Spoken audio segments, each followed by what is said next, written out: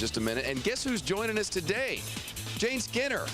The Ville has moved to MSG. They've increased the square footage of Skinnerville today. I'm quite impressed. They've increased the square footage here. Nice red carpet they laid down. I was afraid we were going to have to get a new mayor.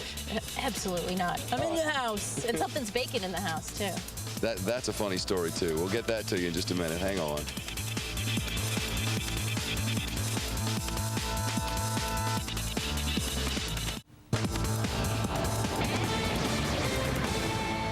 .3 here in New York City, and time to bring in Jane Skinner, who has some more news about the hurricane, which is barreling toward the East Coast. Jane? Hi, Shep. Thanks very much. Feels funny to be talking about a hurricane when we're in these protected confines of a convention hall, but it's developing into a huge news story. By tomorrow and Friday, it certainly will be our top story. When you talk about the facts of this hurricane, I guess the quote of the day would come from Max Mayfield from the National Hurricane Center, who said, "I can't emphasize enough just how powerful this is," talking about Hurricane Francis. If it does indeed hit Florida, it would be the worst double strike on one state in a century. When they're looking back at the records at the Hurricane Center, they don't even have records of 2 Category 4s hitting within such a short period of time. It would be 3 weeks after Charlie hit that state. They have closed down schools. The Kennedy Space Center is shutting down really to let their employees go home and board things up. Anecdotally, we're hearing stories from Home Depots and home improvement stores all over the state of running out of plywood already on Wednesday. And the governor has made it pretty clear, getting out the word to people, this is going to be a big one.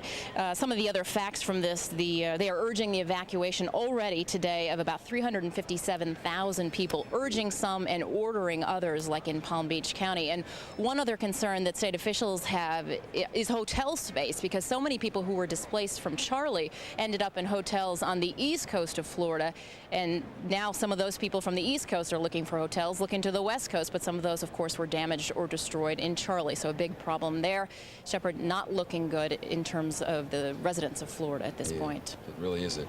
I guess one good thing about them coming so close together is people aren't going to forget what Charlie was like. Absolutely. And they're saying that already, that they've gotten the word out. Get out there, get your plywood, get your refrigerator, your batteries, your bottled water, etc. And already they're running out of that. So if there is some sort of silver lining to this, that at least people are prepared. And you know, last time the hurricane forecasters had so much grief from people saying, you didn't tell us exactly where it's going to hit. And the governor, first thing he said today was, we can't tell you. It's not an exact science. So there is this wide cone it could hit, as we said, anywhere from South Florida to South Carolina at this point. So I think they're trying to cover all their bases and make sure that everybody understands that they may be a target. And this thing just looks so bad. Actually, Jane, let's get to Janice Dean, who's plotting the things chart at this point. Janice, how's it looking right now? Oh, it's dangerous, Shepard, to say the very least. Here is Francis on satellite.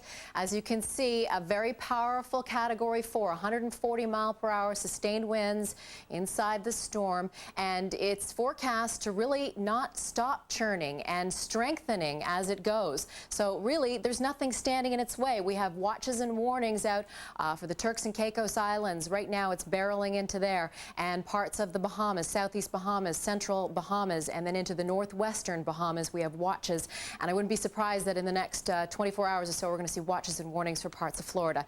And just taking a look at this track right now, as Jane mentioned, it really is. There's a wide cone because it isn't an exact science, and this thing could really land anywhere from South Florida all the way to the Carolinas. But one thing I do know, that if this thing doesn't start moving northwest by tomorrow afternoon, then there's a more likely chance that it's going to head to the southern portion of this cone. So a greater chance for maybe even Miami, southern Florida, to see the brunt of the storm. But I can't enforce enough to tell you that anywhere, if you're anywhere within this cone, from South Carolina to the tip of Florida, you want to take your precautions right now, because this thing is not stopping and it could really move anywhere. I guess the one thing you can hope now, Janice, is that maybe it'll go through one of those, when storms get really big, eventually they do sort of an eye wall replacement. And during that, if it were to come in during a time like that, the hope is that it wouldn't hurt so badly. To explain what that is exactly. Well, basically, when you have a minimal hurricane, Shepard, it has one eye wall. And when it becomes a super hurricane like this one, Category 3, Category 4, a secondary eye wall forms and it collapses the first eye wall.